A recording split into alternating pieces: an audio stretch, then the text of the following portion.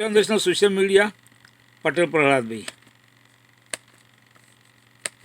पक और सबसे कद्दावर राजनीतिक व्यक्तित्व रखने वाले धरती पुत्र मुलायम सिंह यादव को लेकर इंडिया टुडे ने एक बहुत गिरी हुई पत्रकारिता करी। श्री गुरु तेग बहादुर साहिब के 350वें शहीदी दिवस को समर्पित पंजाब सरकार इंडिया टुडे की मैगजीन ने वो आर्टिकल छापा मुलायम सिंह यादव को लेकर, जिसके छपने के बाद पूरे उत्तर प्रदेश में ही नहीं, समाजवाद और समाजवादी पार्टी से जुड़ा हर एक कार्यकर्ता आक्रोश में आ गया।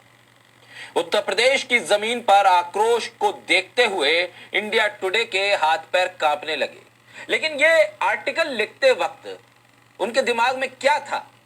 क्या उन्हें पता नहीं था कि आर्टिकल जाएगा जब पब्लिश होने के बाद आम लोगों के बीच में, तो समाजवादी पार्टी की प्रतिक्रिया क्या होगी? शायद इसलिए उन्होंने इस बात को नोटिस नहीं किया या इस बात का एहसास नहीं किया, क्योंकि समाजवादी पार्टी इस वक्त विपक्ष की पार्टी है। इंडिया टुडे को लग रहा था कि विपक्ष में रहने वाली पार्टी क्या ही प्रदर्शन करेगी, क्या ही सवाल उठाएगी, और सवाल उठा भी देगी, दो चार प्रोटेस्ट कर भी देगी, तो होगा क्या? सत्ताधारी पार्टी तो बहुत कुछ दे रही है, विज्ञापन से इतर भी बहुत कुछ मिल रहा है, और विज्ञापन तो भरमार मिल रहा है। समाजवादी पार्टी के कार्यकर्ताओं ने लखनऊ से लेकर नोएडा तक हल्ला बोल दिया, प्रोटेस्ट कर दिया, हंगामा खड़ा कर दिया और बता दिया कि मुलायम सिंह यादव को लेकर अपमानजनक आर्टिकल लिखने वाली इंडिया टुडे की मैगजीन अपने दायरे में रहे। जो तस्वीर एआई के जरिए क्रिएट की गई वो भी घोर आपत्तिजनक और निंदनीय। इंडिया टुडे ने अपनी कवर स्टोरी में गांधारी के श्राप का जिक्र करते हुए उसे मुलायम सिंह यादव के परिवार से जोड़ दिया। इंडिया टुडे की इस स्टोरी के मुताबिक गांधारी ने चूंकि कृष्ण को श्राप दिया था कि यदुवंशीय आपस में लड़ाई के चलते नष्ट हो जाएंगे, सो उसी श्राप का असर आज तक दिख रहा है। मुलायम सिंह यादव के वंश में भी इसी श्राप के चलते आपस में जमकर सिर फुटअव्वल है और परिवार की राजनीति का ग्राफ पतन की ओर जा रहा है। इंडिया टुडे की इस स्टोरी के चलते समाजवादी पार्टी के कार्यकर्ता बुरी तरह से आक्रोश में आ गए। सवाल यहां पर उठ रहा है कि कोई मैगजीन, पत्रकारिता के नाम पर चलने वाली मैगजीन, जाति पर ऐसी जातिगत टिप्पणी कैसे कर सकती है? समाजवादी पार्टी के विरोध के बाद इंडिया टुडे ने गांधारी के श्राप वाली अपनी स्टोरी को डिलीट कर दिया। इस स्टोरी में गांधारी के श्राप को मुलायम सिंह यादव के परिवार के राजनीतिक विघटन और पतन की वजह बताया गया, और एआई के इस्तेमाल से मुलायम सिंह यादव की एक ऐसी तस्वीर क्रिएट की गई जो घोर आपत्तिजनक, निंदनीय और भर्त्सना के काबिल है।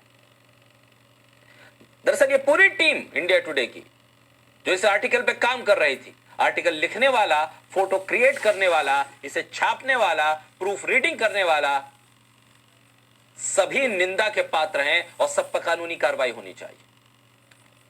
सिर्फ स्टोरी डिलीट करने से मामला खत्म नहीं होता। यह मानसिक जातिवाद से घिरे हुए लोगों का आर्टिकल था। यह मानसिक जातिवाद से ग्रसित लोग थे जिन्होंने इस पूरे आर्टिकल को क्रिएट किया। इन सबको कानून के दायरे में लाना चाहिए। अखिलेश यादव के ट्वीट और समाजवादी पार्टी के विरोध के बाद इंडिया टुडे ने स्टोरी को डिलीट कर दिया। मगर प्रश्न यही है, सवाल अपनी जगह कायम है कि क्या India today group Yogi Adityanath के बहाने बीजेपी में छिड़े सत्ता के संघर्ष पर भी ऐसी स्टोरी करेगा? इंडिया टुडे वाले क्या प्रधानमंत्री मोदी के परिवार पे कोई कवर स्टोरी कर सकते हैं इसी तरह? क्या उत्तर प्रदेश के मुख्यमंत्री के परिवार पर कोई इसी तरह की कवर स्टोरी कर पाएगा? अमित शाह या जेपी नड्डा के परिवार पे कोई स्टोरी कवर करेगा इंडिया टुडे? मीडिया वालों के पास केवल पिछड़े दलित नेताओं का अपमान करने की कहानी रहती है। सवाल यह है कि इस घटिया पत्रकारिता के पीछे राजनीति का मंच कौन साझा कर रहा है, कौन इसको हवा दे रहा है, ये किसके इशारे पर खेला गया? सवाल उससे बड़ा भी यह है कि दरअसल इस तरह की मैगजीन को और इस तरह की मैगजीन्स या इस तरह के मैगजीन के साथ चलने वाले टीवी चैनल्स के प्लेटफॉर्म पर समाजवादी पार्टी के नेता गाए बगाए क्यों दिख जाते हैं? बाइकआउट की कॉल दी जाती है, लेकिन फिर भी इनके मंच को सजाने के लिए नेताजी पहुंच जाते हैं। क्यों?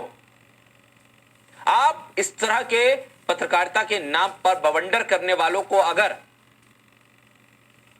पहुंचकर हौसला देते रहेंगे तो ये तो इसी तरह से चलते रहेंगे। सवाल यह है कि सर्वोच्च नेता का अपमान समाजवादी पार्टी के भीतर क्या मायने रखता है? क्या महज आर्टिकल डिलीट कर देना इस प्रश्न को खत्म कर देगा कि आर्टिकल क्यों छपा, किसके कहने पर छपा, क्यों लिखा गया, ये क्या वजह थी, इसके पीछे की राजनीति और इसके पीछे की मंशा क्या थी? 2027 से इसे कैसे जोड़कर आगे का बवंडर खड़ा किया जा रहा था? क्या इन सवालों के जवाब समाजवादी पार्टी को मिल गए? और क्या अखिलेश यादव का सड़क पर न उतरना अपने आप में एक सवाल होगा? मुलायम सिंह यादव के अपमान पर समाजवादी पार्टी क्या इतने भर से खामोश हो जाएगी या संतुष्ट हो जाएगी? ये भी एक गंभीर सवाल है।